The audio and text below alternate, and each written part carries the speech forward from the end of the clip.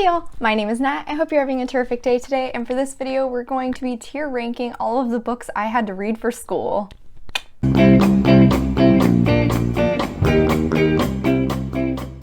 So first off, I am aware tier ranking has been a trend that's on the downside, but I still think these videos are really fun, so I'm gonna do one. I also just want to say, no, these are not every single book I have ever had to read for school. These are what I can actively remember actually reading. Along with that, these books range from when I was in middle school to when I was in college, so there is a wide variety on this. So let's go over categories first. I have this was required, which essentially means I loved this book. It was amazing. I would have read it even if it wasn't required.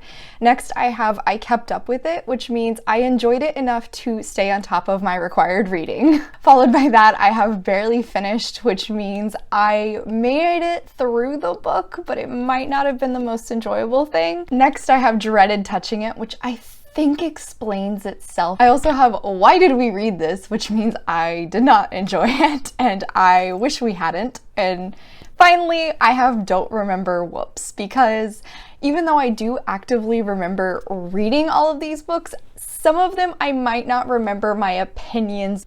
Let's go. So first off, we have 1984 by George Orwell. This was like the original dystopian. I remember we read this in my senior year English class with Mr. Frank. Shout out to Mr. Frank. And I actually really liked this, even though I'm not a big fan of dystopians. I think if I had read this way sooner, I might have different feelings about them. I remember actively keeping up with reading it, and I just wish I had read it sooner. Next is The Country of the Kind by Damon Knight. This is a sci-fi short story that I read in my studies and fiction class in college, which basically was a course where we read nothing but sci-fi short stories. This is set in a utopian futuristic world where essentially all crime has been eradicated, but if someone does commit a violent crime, they go under a process. They think about doing it, they will have a seizure. They expel this awful odor that basically makes other people not want to be around them, and everyone else in society completely ignores them. So the main character, although he considers himself the king of the world, is completely ignored by everyone. So he can do whatever he wants, but he is utterly alone. This one was actually really interesting, and although it was a utopia, it was kind of that like, is it a utopia? Is it a dystopia? And I do remember enjoying it. It wasn't one of my favorites we read that year, so I think I'm gonna say I kept up with it. Next up is A Good Man is Hard to Find by Flannery O'Connor. I believe we read this in my Villains, Vigilantes, and Anti-Heroes course, which was my freshman year seminar, one of my favorite classes I ever took in college. Shout out to Professor O'Leary. This story essentially follows this family that is planning to go on vacation in Florida, but the grandmother doesn't want to go, and one of the reasons she gives is that this outlaw named the Misfit is supposed to be heading to Florida, and no one really acknowledges her concern, and they go anyway. I liked this one. I think it was probably my preferred short story we read in this class. And I do actually really like Flannery O'Connor's writing, so I think I'm gonna say I kept up with it. Next up is another sci-fi story called All You Zombies by Robert Heinlein. This is a really weird sci-fi short story that basically just follows on all of the paradoxes that come along with time travel. It was so weird. That's all I can say without really getting into spoilers. It's not very long, so I do think you should read it if you haven't, especially if you're interested at all in time travel stories. I'm gonna say barely finished it. It wasn't my favorite, and when I finally realized what was happening, I was like, oh, we're going here. Okay. Like another dystopian, Anthem by Ayn Rand, a short story commentary on communism, and it's set in this society where people no longer have names, they don't have values. Okay, I think we read this my junior year, and I didn't really enjoy it. I think Animal Farm by George Orwell was a better commentary on the communist regime than this one, so I wish we would have read that instead. Next up, we have Barn Burning by William Faulkner. This was also for my Villains, Vigilantes, and Anti-Heroes course, and I believe with this one, it follows the life of this boy named Sardi, whose father is on trial for burning another man's barn. I remember how this developed, but like, It wasn't my favorite we read that year. I'm gonna go with barely finished because I did finish it. I do remember reading it. Next up is The Bell Jar by Sylvia Plath. I read this my senior year of English. This was one where we got to choose what book we wanted to read. I absolutely loved it. It was so good. I was so enthralled by it. This story is semi-autobiographical, written by Sylvia Plath, and basically is detailing the protagonist's descent into her mental illness, which I thought was fascinating. I really enjoyed reading it, and it kind of sparked my interest in other mental illness rep in books, and I really loved it. I'm so glad I read it. Next up, we have the classic Beowulf, which is a Scandinavian poem about a hero who goes up against a monster named the Grendel. I remember enjoying this. I'd say I kept up with it. I think we mostly read it in class, but I do remember enjoying it. I was intrigued to watch the movie afterwards, but I don't think I ever did. Maybe I should do that one of these days. Next up is one of the best. I'm just gonna go ahead and put it in This Was Required. Fahrenheit 451 by Ray Bradbury. Another dystopian I absolutely loved. Basically, this follows a fireman in a society where rather than putting out fires, he actually starts fires, specifically on books, because books are basically the source of all unhappiness. You need to go look up Rachel Bloom's Ray Bradbury song because it is fantastic. Next up, we have The Great Gatsby by F. Scott Fitzgerald, which did anyone in American high school not have to read this book? I might catch some flack for this, but I didn't like this book. We read this right around the time the Leonardo DiCaprio movie came out, and it was so overhyped. When we finally read it, I just was like, that's it? That was the story? I didn't like this book. I didn't like any of the characters. Daisy was we're gonna go with witch. Nick was just absolutely in love with Jay, let's be real here. I got what it was commenting on with the jazz era and like Americans becoming incredibly materialistic and things like that, but it just was not for me. I did not like it. I think I was just expecting something phenomenal based on everything I was hearing, and then I read it and I was just so let down. Next up is The Hunger Games by Suzanne Collins. If you watched my 20 questions book tag video, which I will link, you know that I don't really like The Hunger Games. It was okay. I liked the second book. I hated the third book. So my dislike of the series is mostly based on the third book, but I'll put it in dreaded touching it. I feel like those two I don't really have to explain what they were about because they're so well known. Next up is Imposter by Philip K. Dick. This is another sci-fi short story that is basically about this man who's being hunted by the authorities because they think he's an android sent to Earth to enact a terrorist attack. And I really liked this one. I blasted through it. The ending was really good. It was very much a like, is he not, is he not? And you have to read it to find out. It was so good. Next up is In Cold Blood by Truman Capote, a fictionalized version of a crime that happened in 1959 in Kansas, I believe, where there was really no motive and no real evidence. You would think I would put it in This Was Required, but in all honesty, no, I didn't gel with the storytelling in this. I wasn't a big fan of the writing style. This story just took so much for me to get interested in it, and I love crime stories, so that's saying something. Next up is Inferno by Dante. I think we also read this my senior year, and it's basically about Dante going down in the 9 circles of hell, following after the love of his life, Beatrice. I really liked this one as well, and I'm gonna say this was required.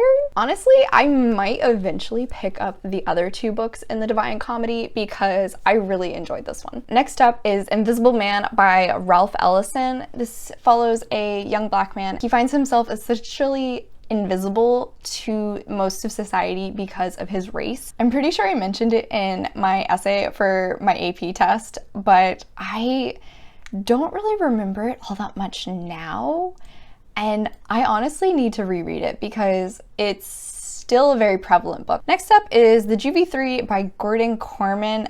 This follows these 3 kids who basically get taken into this experimental halfway house, but the guy who is running the house ends up getting hurt, and the 3 boys decide to drop him off at the hospital, but when he wakes up, he has no memory of the boys or the house, and they kind of just decide to continue living as though nothing has happened. I don't really remember it. I know I read it because I remember being like actively involved in the participation during class, but I don't remember how I felt about it at all. Next up is Liar by Isaac Asimov. This is one of those like classic sci-fi stories that I personally really enjoyed. I think I'm gonna say I kept up with it. This follows a robot in a society where robots are basically servants to humans, but this one has telekinetic abilities. No, telepathic abilities, and it was a very interesting book. I really want to say that iRobot might have been based on this, but I'm not sure. So next up we have Lord of the Flies by William Golding. This is a story about a bunch of boys who plane crash onto an island, and at first they just kind of do whatever they want, but eventually they start to build a society. I didn't really enjoy this one all that much. I think we read this sophomore year. I remember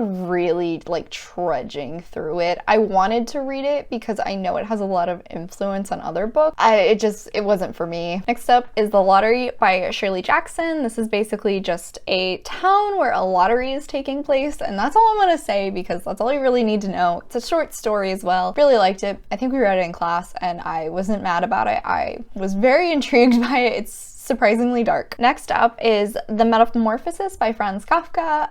This is about a man who wakes up one morning and finds he has turned into a cockroach, I believe. Another classic. Liked reading it. I'd say I kept up with it. My first Shakespeare. So this was A Midsummer's Night Dream. A ton of love triangles or squares that are all intersecting. I don't like love triangles. And I read this in like 8th grade, so I really just was not vibing with the language. But I do know it's not my least favorite Shakespeare, so we're gonna go with barely finished. Next, The Most Dangerous Game by Richard Cannell. This is about a big game hunter who is stranded in the wilderness and is suddenly being hunted down as though he is an animal.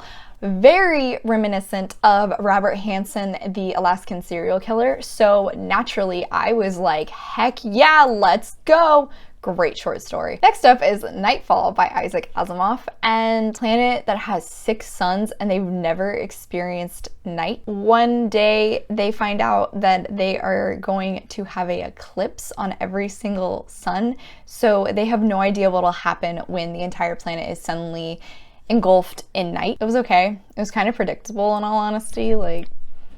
Next up, we have The Odyssey by Homer, a classic. Man's 10-year struggle to try and get home. I have very mixed feelings about this because it introduced me to a lot of Greek myths that I ended up researching and really enjoying, but I remember in the moment I did not enjoy reading it. So I guess I'm gonna go with barely finished. I don't know how much of it we read, but I felt like we read a lot of it. Next up is The Outsiders by S.E. Hinton. Absolutely going to the top. I loved this book. It was so good. It's still one of my faves. I want to reread it eventually. Basically follows this young boy, Pony Boy, who is part of a gang of greasers, which are essentially the lower socioeconomic kids at his high school, and they have a beef with the socias, or the social people, who are the higher socioeconomic kids. Great book. Really love it. Handles a lot of things you deal with while growing up, but at the same time has some great commentary on society. Next up is Rebecca by Daphne du Maurier. This woman who marries a man and he was a widower and she ends up moving into his house, but basically she feels like she's constantly haunted by his past wife. I think I read this like going into freshman year of high school and did not enjoy. Could just be I was too young for it. It did not hold my attention well. I also think I attempted to read this over like 2 days because I procrastinated all summer. I might eventually try rereading it because I know it's supposed to be a very gothic story, which is something I'm interested in. Next up, Romeo and Juliet by William Shakespeare. Hated it. Do not like this story. Think it's a terrible one for teenagers to read because This is just not a good representation of a good relationship. Shakespeare in Love movie, I think that's what it was called. Didn't like it either. There. Nope. Just was a nope for me. Next up is Second Variety by Philip K. Dick. After a world war between, I believe, the US and the Soviet Union, and most of human life has been eradicated, and now there's like these robots that were supposed to be killing humans. I think they were called claws, and now they have started to make their own androids. Really weird book, or well, short story. It took, like, for being only a handful of pages, it took a lot for me to get interested by it, so I'm gonna go with dreaded touching it. Next up is SlaughterhouseFive by Kurt Vonnegut. This was, I believe, Mr. Frank's favorite book. I'm pretty sure he had a tattoo of this, if I recall correctly. This is about a man time traveling throughout his life and just ends up in random points. I remember really liking this in the moment. I want to reread it because I don't remember this book incredibly well, and I am interested to see what else he has in store. So I need to make a reread list out of this video is essentially what I'm realizing. Next up is The Story of Your Life by Ted Chiang, about aliens that land on Earth, and a bunch of scientists and linguists are trying to communicate with the aliens to try and prevent war, I'm pretty sure. The movie Arrival with Amy Adams was based on this, and I didn't really like this one in all honesty. Next up is The Road by Cormac McCarthy. This is a dystopian novel following this father and son who are trying to reach the coast. Could not stand it. Absolutely hated it. I heard Charlotte on Coiny Reads comment that she thought it was really pretentious when she read it and she could not stand the lack of punctuation, which in retrospect I think would probably bug me a lot more now, but I don't remember that bugging me then. I just was so burnt out on dystopians, and along with that, there was this one scene, the baby scene, and if you know, you know. It is burned into my brain, and it will forever haunt me. Why did we read this? Next up is Their Eyes Were Watching God by Zora Neale Hurston. This is following a young Black woman in, I believe, the 1930s who is just trying to establish her own life. I don't remember this one very much, and I do want to reread it because it seems like something I would like more now as an adult than I think I would have liked when I was 16. Next up is Things Fall Apart by Chinua Achebe. Chronicles the life of a man who I think he was like pretty high up in his village, but then was eventually punished and removed from the community for killing someone. I think that's what it was. And we go through his life while he's in exile, and eventually he tries to return to the village. I don't remember this one very well. I think we read it my freshman year of high school.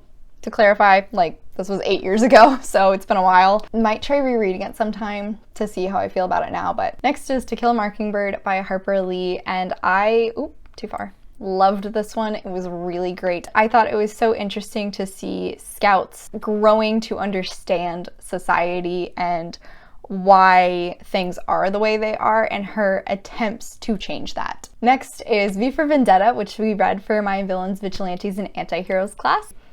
This was so good. I had seen the movie, but I'm so glad I read the actual graphic novel for this course. It was fantastic. Britain, and it has become a totalitarian government following this anti-hero V who was a victim of the government and is now rebelling against it and trying to bring freedom to the people. I think what I liked so much about this was V is such a morally gray character, and he's so interesting, and you want to root for him, but at the same time you don't want to like him. And it's very much the same way I felt with Wanted, because this character is not a good person. Like, I shouldn't be rooting for him, but at the same time he's standing up against this just dictatorship of a government and trying to bring freedom to the people, and it's so good. I really enjoy it. Really want to reread this one sometime. Plus it's Alan Moore, and like Alan Moore's work is just chef's kiss. Next is When We Went to See the End of the World by Robert Silverberg. A group of friends who are having dinner and are talking about this time travel service where you get to go see the end of the world. They come to realize every one of them went to a different version of the world ending. This just didn't intrigue me as much as some of the other short stories we read in this class. I think I read it because I was concerned we were gonna have a quiz over it. In all honesty, I probably would have skipped this one, but... Next is Why We Buy, The Science of Shopping by Paco Underhill. I read this for a marketing course. I really liked this. It's a nonfiction book. I kept up with the reading. Basically, we just went through all of the different things that go into making up a store as accessible as possible for customers, because if things are not easily attained, we are not going to put ourselves out of the way to get them. I had to write a paper for this, and I remember enjoying it. Like, it was a very interesting read, and I really enjoyed doing the paper. I worked in retail in high school, and I basically got to roast the hell out of this store I worked for with this book and tell them everything they were doing wrong. It was great. Finally is Hamlet by William Shakespeare, and I remember reading this. I don't know when I read it, though. I don't do well with William Shakespeare's writing. It's just not for me personally. However, I did get to go see it performed, I think my junior year of college. I think that's just my preferred medium with Shakespeare. Maybe if I go see some other plays of it, I might enjoy it more than actually reading it. All right, so that's the final lineup. I'm not really surprised about too many of these, and clearly I need to do some rereading. But let me know in the comments down below, guys. Are there some of these placements that you totally disagree with? Are there some you think I'm completely on point with? Let me know. I want to hear it. Once again, shout out to two of my absolute favorite teachers I ever had, Mr. Frank and Professor O'Leary. You guys introduced me to so many favorites and continued my adoration for reading. I am so grateful. Thank you so much to everybody else for coming to check out my video today. I really appreciate it. Make sure to hit like and subscribe down below. I come out with videos on Monday and Friday, but until then, I hope you continue to have a terrific day. Bye.